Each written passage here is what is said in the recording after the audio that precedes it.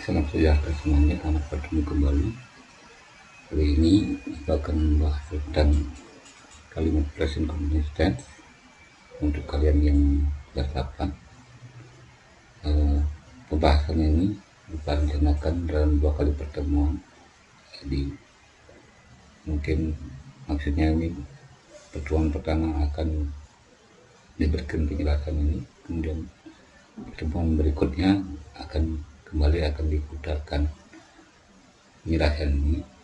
Jadi silakan nanti supaya kalian lebih paham, lebih mengerti dengan materi yang akan sampaikan ini. Silahkan kalian juga boleh putar berulang-ulang sebelum kalian nanti dalam pertemuan berikutnya itu mendapat latihan bisa dikerjakan dengan baik. Baiklah, untuk persingkat waktu, mari kita awali dengan mengucapkan dulu Om Swastiastu. Bahasan kali ini kita mulai yaitu tentang present continuous tense. Kita berangkat mulai dari pemahaman apa itu simple present tense. Jadi simple present tense itu adalah kalimat untuk menyatakan bahwa suatu peristiwa atau kejadian ada aktivitas yang sedang terjadi saat kalimat itu ditulis atau diucapkan. Itu intinya. Tapi present continuous tense juga bisa digunakan untuk menyatakan peristiwa yang akan datang, artinya yang belum terjadi, tetapi itu sudah direncanakan atau dipersiapkan terlebih dahulu. Jadi bisa juga untuk itu. Jadi bisa untuk 2 hal, satu yang untuk peristiwa yang sedang terjadi atau peristiwa yang akan terjadi tetapi merupakan suatu rencana atau sudah dijadwalkan sebelumnya. Sedangkan penggunaan kata kerja di sini yang dipakai adalah kata kerja dalam bentuk in. Ya, misalnya kata study yang digunakan study dan sebagainya. Present continuous tense juga menggunakan kata kerja bantu. Dalam hal ini kata kerja bantu ini boleh berupa to be.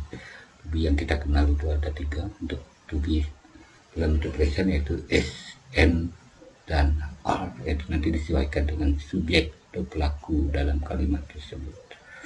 Nah, contoh daripada kalimat present continuous tense nomor 1, we are using the internet. Nah, dalam kalimat ini si penulis atau si pembicara menyatakan bahwa mereka sedang menggunakan internet pada saat ini. Ya. Jadi di sini pelakunya atau subjeknya adalah we, itu adalah katakan di orang pertama jamak. Jadi to be yang dipakai adalah are. Nah, itu ya yang jelas. Jadi we are, kata kerjanya use ditambahkan in jadi using, menggunakan. Jadi we are using, kita sedang menggunakan internet. Itu. Contoh nomor 2, he is studying English grammar. Jadi di sini karena pelakunya atau subjeknya itu adalah orang ketiga tunggal, jadi to be-nya itu dipakai is. Jadi he is studying English grammar, dia sedang belajar tata bahasa Inggris. Nah, itu. Dalam kalimat ini si penulis atau si pembicara menyatakan bahwa dia sedang mempelajari tata bahasa Inggris pada saat ini juga. Jadi sekarang ini pada saat kalimat itu dibuat atau kalimat itu diucapkan atau ditulis. Nah, dalam kalimat di atas tadi 2 kalimat tadi itu adalah kalimat pernyataan, kalimat berita, atau sering dikatakan dalam bahasa Inggris kalimat berbentuk positif. Nah, sedangkan kata kerja yang kata keterangan waktu yang dipakai di sini untuk present continuous tense itu adalah now atau right now. Ini tulisannya kuning agak kasar, lupa saya perbaiki. Oke, mudah-mudahan bisa kalian baca. Kemudian contoh nomor 3, she is still working in the same office. Nah, di sini kembali menggunakan to be is karena subjeknya itu orang ketiga tunggal si, dia perempuan. Ia sedang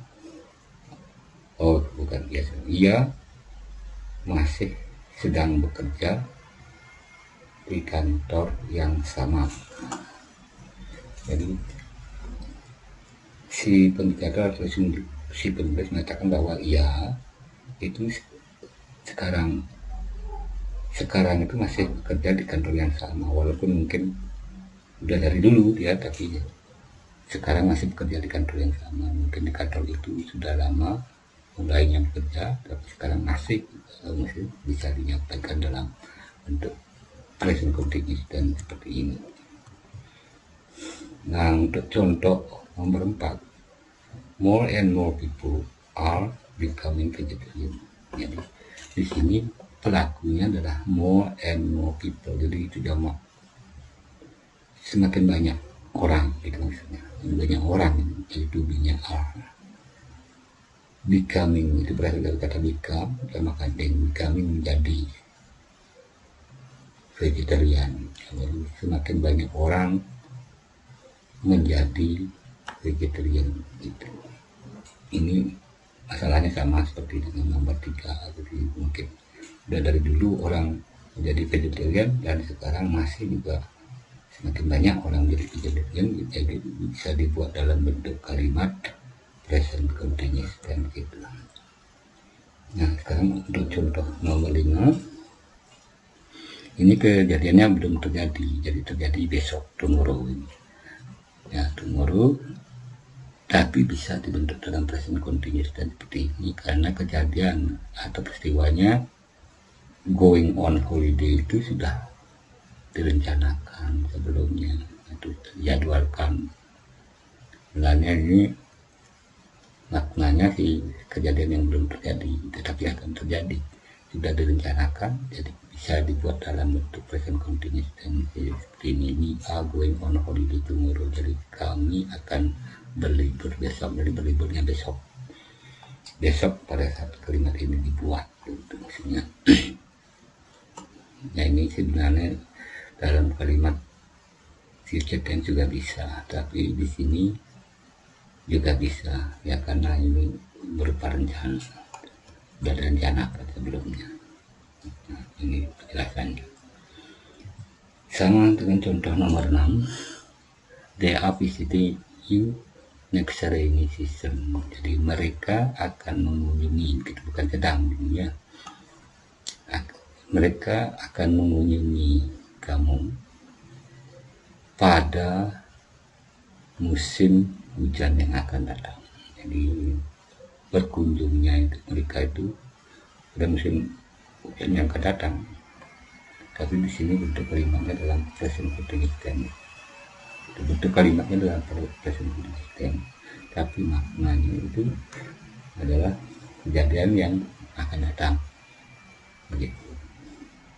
Tapi bisa kok diucapkan dengan seperti ini, tapi buat kalimatnya seperti ini sesuai dengan penjelasan teorinya ya. Dalam kalimat ini penulis atau penjara menyatakan bahwa pada musim hujan yang akan datang mereka akan mengunjungi kamu, ya kamu yang di sini yang diajak cara atau yang membaca kalimat itu. Jadi mengunjungi kamu itu artinya berkunjung, itu mereka itu berkunjung pada musim hujan yang akan datang, seperti itu. Nah, jadi dibuat dalam bentuk present continuous tense. Kemudian bentuknya atau pola daripada kalimat ini, kalau kalimat positif ya polanya seperti ini.